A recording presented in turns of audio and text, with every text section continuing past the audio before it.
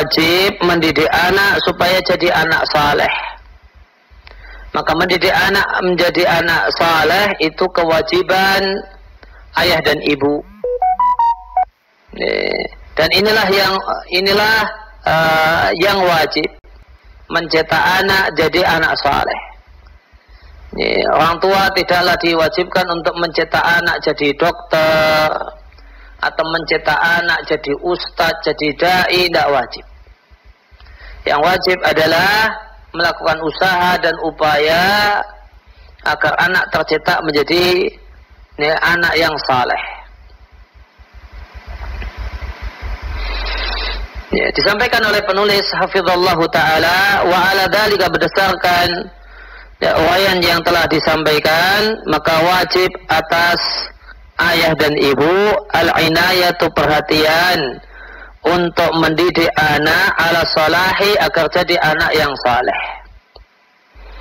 Maka perhatikan, ini kewajiban perhatian untuk memberikan pendidikan agar anak itu tercetak anak yang saleh, bukan hanya kewajiban ibu saja sebagaimana kondisi di banyak rumah. Namun perhatikan, camkan, garis bawahi, alal abai wal ummahati, menjadi kewajiban ayah dan ibu, kewajiban ayah dan bunda sekalian. Dua-duanya punya kewajiban inayah, memberikan perhatian, memberikan perhatian agar anaknya tercetak menjadi anak yang saleh. Apa tujuannya? Supaya mereka, anak-anak yang saleh tersebut, jadi amal saleh bagi orang tua selama orang tua itu masih hidup dan setelah matinya.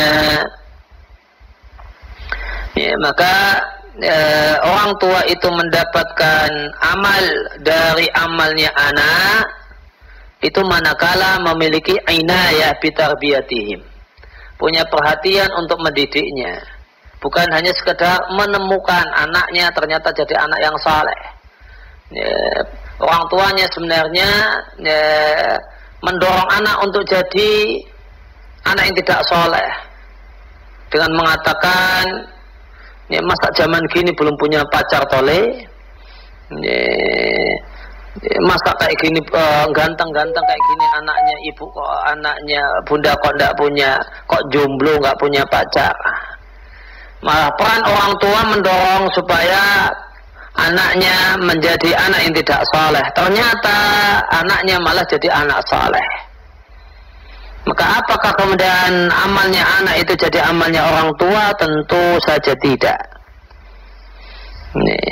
Karena supaya anak itu jadi amal soleh bagi orang tuanya, syaratnya adalah punya inayah, punya perhatian untuk mendidik anak menjadi anak yang saleh.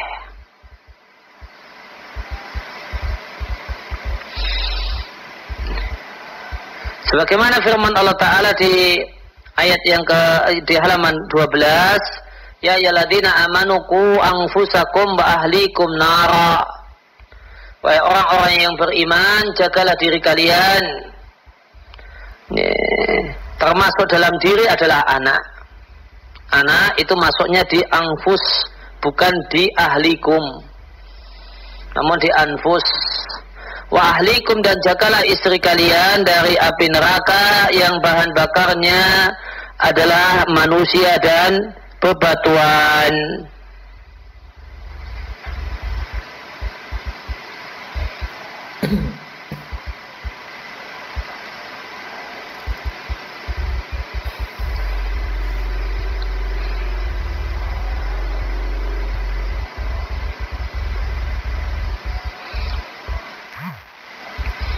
Kita coba lihat tafsirnya.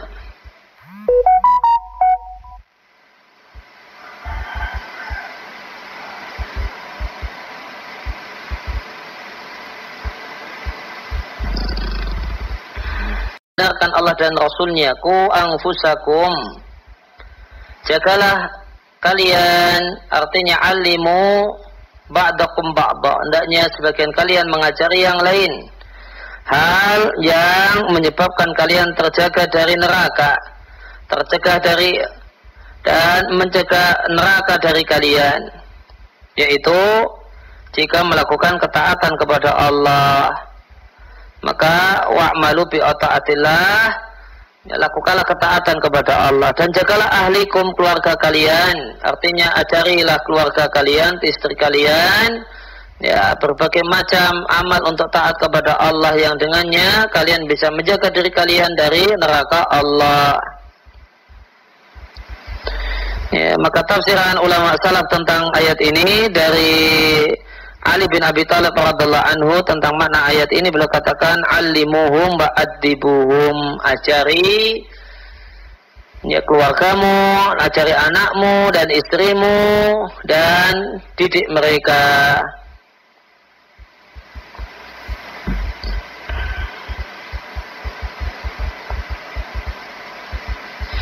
Ibnu Abbas mengatakan, lakukanlah ketaatan kepada Allah, jagalah diri dari maksiat kepada Allah, perintahkan istrimu untuk berzikir, yang ini akan menyelamatkan kalian dari neraka.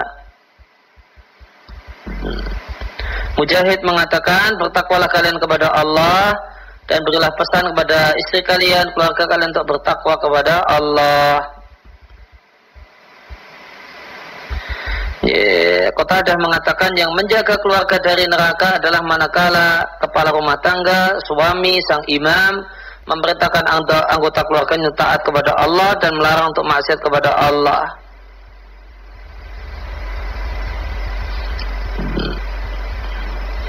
Maka hendaklah ayakuma alaihi, dia pimpin keluarganya dengan ketentuan Allah, memerintahkan mereka untuk taat dan membantu mereka untuk taat.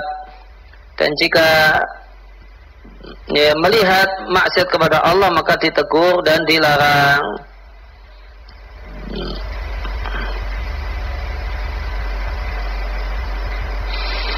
Ya, Qatadah mengatakan, perintahkan mereka untuk taat kepada Allah dan laranglah mereka untuk maksiat kepada Allah. Itu makna menjaga diri.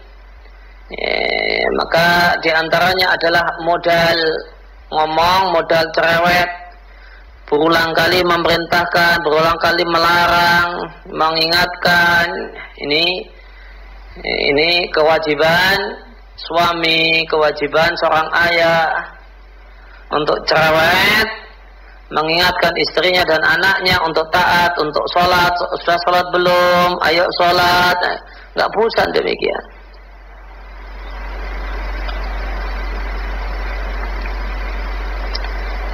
Nah, kemudian firman Allah Ta'ala di surat Thaha ayat yang ke-132, perintahkan keluargamu untuk sholat dan bersabar untuk mengerjakan sholat. Kami tidak meminta rezeki kepadamu, bahkan kamilah yang memberikan rezeki padamu. Wal aqibatu littaqwa, dan kesudahan yang baik itu bagi orang-orang yang bertakwa.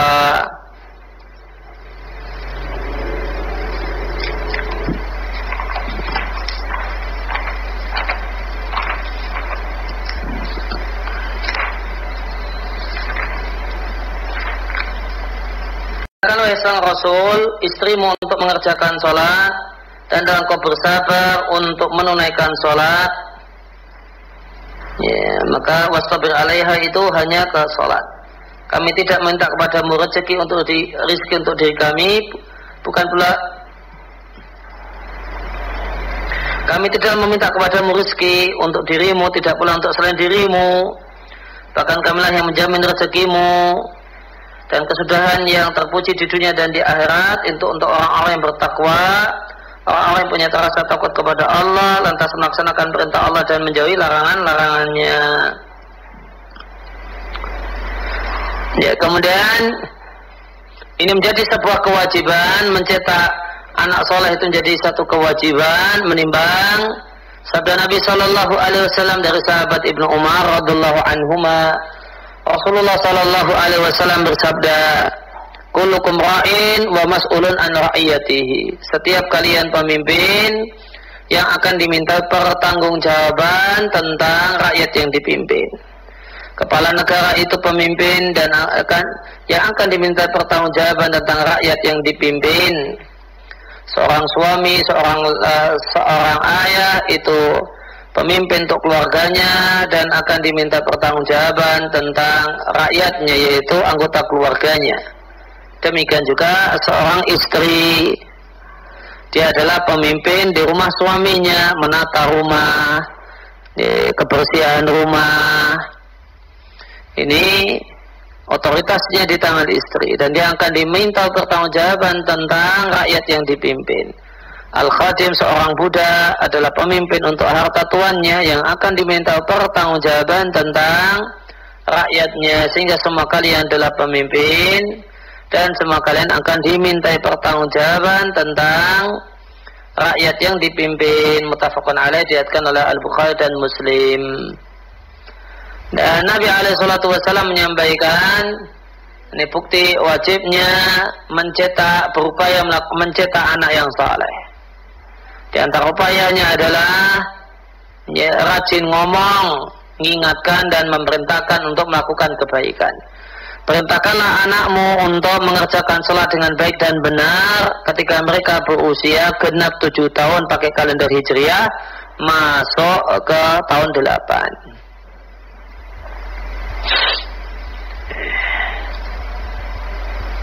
Wadribuhum 'alaiha, dan pukullah mereka 'alaiha karena sholat ketika mereka sudah genap 10 tahun masuk tahun 11.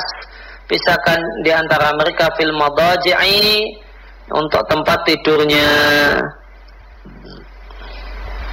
Maka boleh memukul gara-gara sholat. Ingat, itu syaratnya setelah 3 tahun cerewet nyuruh sholat, cerewet untuk nyuruh sholat tanpa memukul. Itu dari genap masuk tahun 8, tahun 9, tahun 10. 3 tahun lamanya. Oleh karena itu, jika kemudian main pukul setelah 10 tahun padahal sebelumnya tidak pernah rewel dan cerewet, maka ini tidak sesuai dengan hadisnya. Hadisnya itu setelah 3 tahun cerewet, dan cerewet untuk nyuruh sholat dan amal masalah yang lainnya hukumnya wajib bagi orang tua. Meskipun sholatnya si anak itu sendiri hukumnya tidak wajib. Jadi orang tua cerewet ingatkan untuk sholat, hukumnya wajib. Seandainya dia tidak cerewet, dia dosa.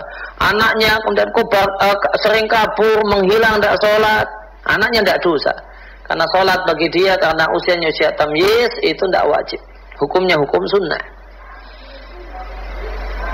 Kemudian pisahkan di antara mereka di tempat tidur. Ini mencakup 2 hal. Pisahkan kamar untuk yang berbeda kelaminnya. Ini kamar anak laki-laki, kamar anak perempuan.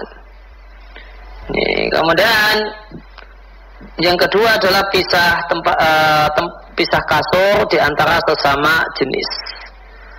Ini yang perempuan misalnya, yang kakak di sini, yang adik di sini, atau tingkat. Demikian juga di kamar laki-laki, si kakak di atas, adiknya di bawah, atau sebaliknya. Kemudian dari Abdullah bin Amr ibn As radhiallahu anhuma, beliau mengatakan, cukuplah seorang itu berdosa ketika menelantarkan keluarga yang wajib dia nafkahi. Diriwayatkan oleh Abu Dawud, An-Nasai dalam Al-Kubra, Ahmad, dan juga diriwayatkan oleh Muslim dengan redaksi, cukuplah seorang itu berdosa ketika dia menahan dan tidak memberi aman yamliku tahu, orang yang bahan makanan pokok itu ada, bahan makanan pokoknya ada di tangannya. Dan setelah disadari bahasanya mencetak anak yang saleh hukumnya wajib, gimana kalau saya sudah berusaha mencetak anak agar jadi anak saleh, ternyata lepas, nggak jadi anak yang saleh? Maka jawabannya ada di poin yang kedua, al-hidayatu nau'ani. Hidayah dan petunjuk Allah itu ada 2 macam.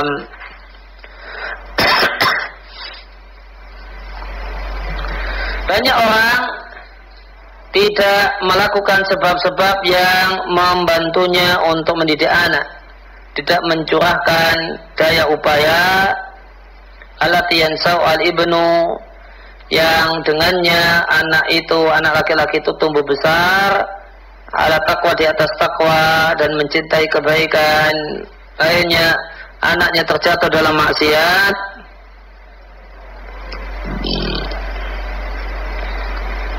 bisa babi ida inasi karena sebab diganggu oleh banyak orang. Akhirnya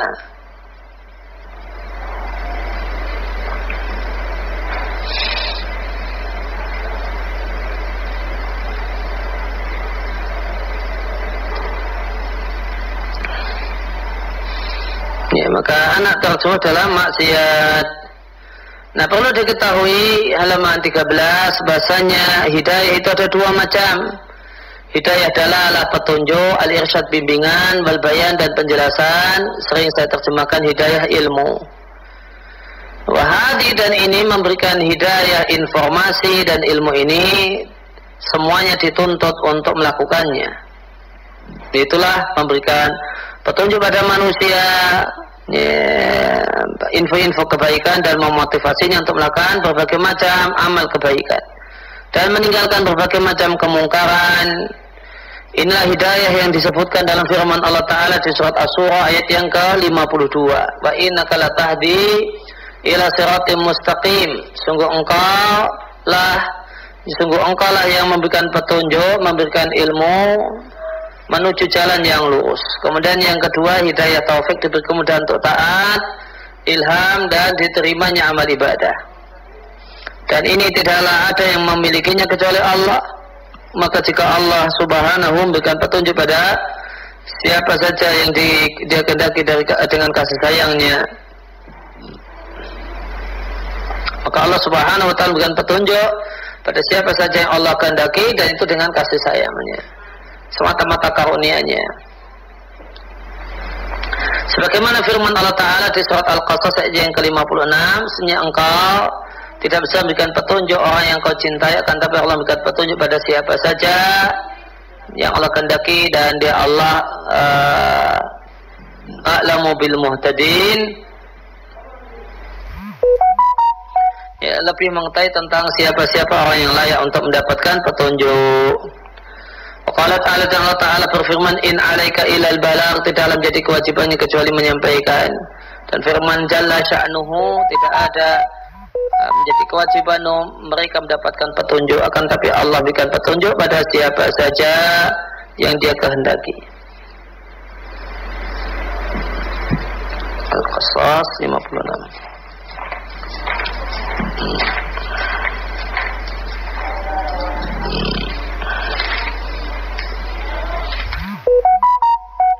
Di Al-Mukhtasar fi Tafsir, sebenarnya engkau wahai sang Rasul tidak bisa memberikan petunjuk pada orang yang kau cintai, semisal Abu Talib dan yang lainnya, dengan berikannya taufik kepada iman. Tetapi dia Allah sematalah yang memberikan taufik pada siapa saja yang dikehendaki akan mendapatkan hidayah. Dan dia Allah lebih mengetahui tentang orang yang sabaqa fi ilmi, telah terdapat dalam ilmu catatan Allah, bahasanya dia termasuk orang yang menuju, orang-orang yang mendapatkan petunjuk menuju jalan yang lurus. Ya, demikian yang kita kesempatan kali ini. Wassallallahu ala nabiyina Muhammadin wa ala alihi washabihi wasallam wa alhamdulillahi rabbil alamin.